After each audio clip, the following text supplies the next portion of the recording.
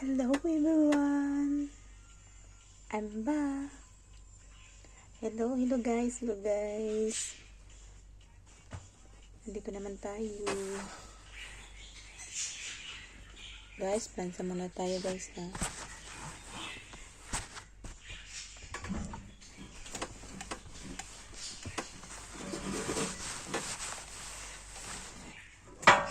Hi mga guys, palihog lang ko og subscribe sa aking YouTube channel po. Pasensya na kayo sa akong video ha, kasi medyo pangit po at saka first time ko lang po.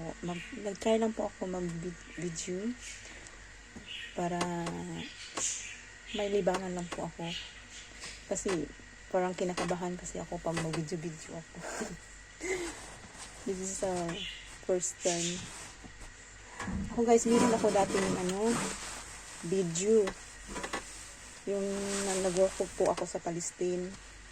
Kaso lang, nawala na yung video ko, yung vlog ko kasi pinilit ko yun ng amo ko nung nagbalik ako dito sa Saudi.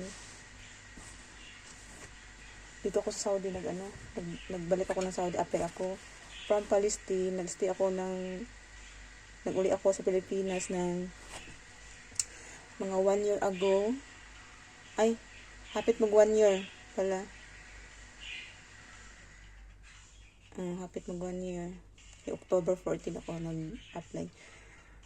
Nga karon, ang nangyari, nag-apply ako ulit kasi mahirap kasi sa Pilipinas, walang trabaho. Naku naman. Hindi ko kailangan umasa sa aking husband kasi wala naman tayo masyadong trabaho sa nag-apply po ako punta ng abroad. Parang nag-apply ako ng October 14, umalis ako sa bahay namin. Tapos 2023 ba yun? October. And then nakaalis ako ng February. Parang February ako nakaalis. Kasi Ramadan yun eh. And then, ayun. Nakarating naman ako sa amo ko. Ang saklap lang. Hindi yung maganda yung papuntahan ko doon sa Saudi. Pangit ng ko doon. Ang pangit ng employer ko doon. Nibira mo, 24 oras wala kang kain. Trabaho ng trabaho. Parang 1 month. Ay parang 2 months and kasahod kasi ako ng first. Parang 2 months and 6 months ako doon.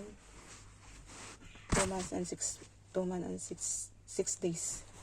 Ganun. Tapos, umalis ako doon kasi ang daming hindi magandang nangyayari sa buhay ko doon. Kaya umalis ako.